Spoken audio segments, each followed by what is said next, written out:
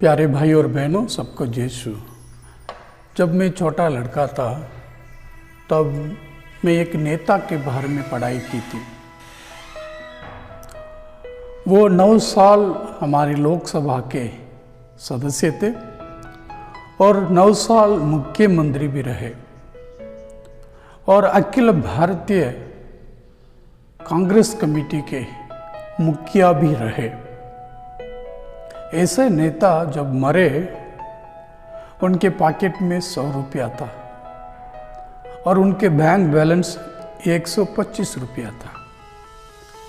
4 खादी के शर्ट और 4 खादी के तौलिया, एक जूते जोड़ी और एक चश्मा और एक व्यक्ति के जितना बर्तन हो सकता है खाना बनाने के लिए उतने बर्तन उनके कमरे में पाया गया। ये नेता और कोई नहीं थे। इस नेता का नाम है कामराज। ऐसे नेता लोग आजकल हमारे समाज में लुप्त हो गए हैं। दूर दूर से कोई नजर नहीं आ रहा है। आज के जो नेता है वे लोगों को एक वोट बैंक मात्र समझते हैं। धर्म के नाम पर, जाति के नाम पर, भाषा के नाम पर, क्षेत्रवाद के नाम पर लोगों को बांध कर उनकी वोट प्राप्त करने के लिए सभी प्रकार की योजनाएं बनाते हैं। लोगों के हित में वे कभी सोचते नहीं है। ये परिस्थिति, ये वातावरण ना केवल हमारे देश में है बल्कि कलीसिया में भी है। आज का जो रविवार है माता कलीसिया भला गडरिया का रविवार के रूप में मनाती है। हमारे भले गडेरिए, हमारा भला गडेरिया प्रभु यीशु ही है। जो भले गडेरिए में जितने भी गुण होना चाहिए वो सब गुण हम प्रभु यीशु में पाते हैं। लगभग 5 गुण मैं आज के दिन आपके समक्ष रखना चाहता हूं और उनका पहला गुण है अपनी भेड़ों के लिए प्राण देना। हर नेता का, हर मुखिया का यही काम है कि वो अपने लोगों के लिए प्राण अर्पित करना है। वही नेता का मुख्य गुण है। ये गुण प्रभु यीशु में पाया जाता है। और दूसरा गुण है भेड़ों के आगे चलकर धर्म मार्ग पर चलने के लिए उन्हें प्रेरित करता है। वे न केवल अपने वचन के द्वारा, अपने शिक्षाओं के द्वारा लोगों को मार्गदर्शन दिए, बल्कि जैसे उन्होंने शिक्षा दी वैसे उन्होंने अपने जीवन को व्यतीत करके हमारे समक्ष एक उदाहरण पेश किया है। और भले गडरी का तीसरा गुण है खोए हुए भेड़ों को ढूंढ लाना है। उनकी शिक्षाओं में बातें हैं जिस प्रकार 99 भेड़ों को छोड़कर एक भेड़ को ढूंढकर वो व्यक्ति जाता है, उसी प्रकार हमारे प्रभु यीशु जो धार्मिक है उनको छोड़कर जो पापी है उन्हें ढूंढकर वो जाते हैं। वो भले गडरे का गुण है। और चौथा गुण है वे स्वार्थहीन है। आज के समाज में हम देखते हैं कितने भी नेता लोग हैं, वे अपने स्वार्थ के लिए, अपने लिए, अपने परिवार के लिए, अपनी ही समाज के लिए, अपनी ही क्षेत्र के लिए ही वे कार्यरत होते हैं। सब लोगों के लिए नहीं है। लेकिन प्रभु यीशु इस दुनिया में आए ना केवल यहूदियों के लिए, ना केवल यूनानियों के लिए, ना केवल रोमियों के लिए, बल्कि सारे समाज के लिए, सारे संसार के लिए वे इस दुनिया में आए। ये भला गडरिया का गुण है। और भला गडरे का एक और मुख्य गुण है, वो एकीकृत करता है लोगों को। समाज को नहीं बांटता है, सबको एक छत के तले वो लाता है। आज भी आप गिरजाघर में प्रवेश करके देखिए, उसमें हर समाज के लोग बैठकर एक ही ईश्वर की आराधना करेंगे। सभी भाषा वाले, रंग रूप अलग अलग क्यों ना हो, काले हो या गोरे हो, अमीर हो या गरीब हो, ऊंचे जाति के या नीचे जाति के, सब लोगों को वो एकाग्रत करता है और एक ही रोटी में और एक ही प्याले में उन्हें तृप्त करता है। ये 5 गुण है भले गडेरिये का गुण है।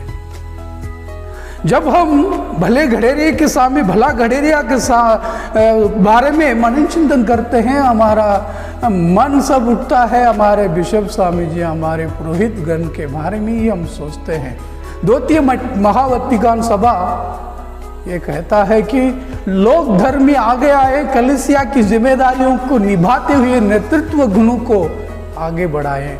ये द्वितीय वटिकान महासभा ने हमें मौका प्रदान किया है। अतः मैं ये कहना चाहता हूँ कि भला गडेरिया ना केवल कलीसिया की नेता लोग, ना केवल देश के नेता लोग, बल्कि लोक धर्मी साधारण लोग भी इस समाज की जो जिम्मेदारी है उसको निभाते हुए भला गडेरिया बने। और जैसे हम भले गडेरिये के गुणों को देखे थे, उसी प्रकार नकली गडेरियों का गुणों को भी जानना अनिवार्य है। ये नकली नेता लोग हैं, नकली गडेरिये है, चरवाहा है, वो लोग सियों को बचाने के लिए भेड़ों को बलि चढ़ाने के लिए तैयार हो जाते हैं। और दूसरा इनका गुण है कतरे के समय पर भेड़ों को छोड़कर भाग जाते हैं। तुम लोग मरो लेकिन मैं बच जाऊं, ये गुण रखते हैं। और इनका तीसरा गुण है ये लोगों को अलग तलग करते हैं, कभी धर्म के नाम पर, कभी भाषा के नाम पर, कभी क्षेत्र के नाम पर लोगों को अलग तलग करके और अपना कुर्सी बचाते हैं। और इनका तीसरा गुण है उनको भेड़ों के बारे में कोई चिंता नहीं है।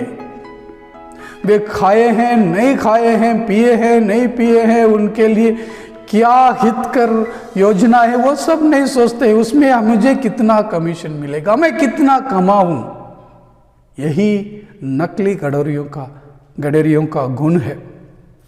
और चौथा नकली गडेरिये का गुण यही है, घायल भेड़ों को वो क्या करते हैं, नाम मात्र सहानुभूति जताते हैं, लेकिन उनके लिए वास्तव में ठोस कोई कदम नहीं उठाते हैं। क्रिस्त में प्यारे भाई और बहनों, आज के रविवार को बुलाहट के रविवार के रूप में भी हम देख सकते हैं। हमारी कलीसिया को नेतृत्व करने के लिए हमारे प्रभु यीशु के समान कोई भला गडेरिया, बहुत सारे भले गडेरियों की जरूरत है। हम जो गडेरिया है उन्हें दोष लगाने से ज्यादा और हमारी प्रार्थनाओं और हमारे समाज से, हमारे परिवारों से भले गडेरियों को उत्पन्न करना है। ये हमारे परिवारों से ही शुरुआत करना है। एक व्यक्ति जंगल में अपने भेड़ों को लेकर चराने गया था और अचानक दूर से देखा एक शेर छिपकर बैठा है और कभी भी अपने भेड़ों के ऊपर वो शिकार कर सकता है, आक्रमण कर सकता है। तो उसने जल्दी जल्दी अपने भेड़ों को निकालकर वहां से जो नदी था उस नदी को पार करने के लिए प्रयत्न कर रहा था। उसमें एक टूटे फूटे एक पुल था, उस पुलिया से पार करने के लिए अपने भेड़ों को भेज रहा था, लेकिन भेड़े आधे पुल गए और वहां रुक गए। और ये उनको हटाकर बीच में जाकर देखा, वहां एक छोटा सा टूट पड़ा हुआ जगह था। उसको जंप करने में, उस पार करने में, छलांग लगाने में छोटे छोटे भेड़े डर रहे थे, वो खड़े रहे और तुरंत ये उस गैप को भरने के लिए लेट गया और भेड़े उसके ऊपर चलते हुए उस पार हुए। और तब तक शेर आया और उस चरवाहा को खाकर स्वीकार करके चला गया। क्रिस्त में प्यारे भाई और बहनों, इसी प्रकार प्रभु यीशु ने अपने क्रूस बलिदान के द्वारा अपने आप को त्यागा और हमें मुक्ति प्रदान की। यही है भले गडरियों का काम है। अभी महामारी का समय चल रहा है, चारों तरफ लोगों के मन में डर है, हाहाकार मचा हुआ है। कई देशों में पुरोहित नहीं है लोगों को दफन करने के लिए, उनके अंतिम संस्कार देने के लिए पुरोहितों की कमी है, उनके लिए प्रार्थना और मिसा चढ़ाने के लिए पुरोहितों की कमी है। क्योंकि इस दुनिया में अभी वास्तविक अभी प्रेजेंट सिचुएशन में ऐसा समय से हम गुजर रहे हैं कि ना केवल लोग धर्मी में बल्कि पुरोहितों में और बुला गए लोगों के मन में भी बहुत सारे आशंकाएं हैं। हम हमारे भले गडरिये प्रभु यीशु से प्रार्थना करें, हमारे लिए निरंतर अपने गडरियों को संभालने के लिए वे मजदूरों को भेजें, ताकि जो भले गडरी के रूप में नेतृत्व कर रहे हैं कलीसिया को, हमारे देश को, प्रभु यीशु की कृपा से वे सही मार्ग पर ले चले। इन प्रार्थनाओं के साथ उन तमाम लोगों को भी याद करें जो इस महामारी के कारण बहुत सारे दुख झेल रहे हैं, अपने प्रियजनों को खो चुके हैं और अपने प्रियजनों को अस्पताल में भर्ती कर रहे हैं। प्रभु उन पर दया करें, उन्हें अपना शक्ति और आशीर्वाद प्रदान करें, ताकि वे भले चंगे होकर अपने घर लौटे। जिन्होंने अपने प्रियजनों को खो दिया है, उन्हें हमारा भला गडरिया सांत्वना दिलासा दे सके। इसके लिए हम प्रार्थना करते रहे। आमीन।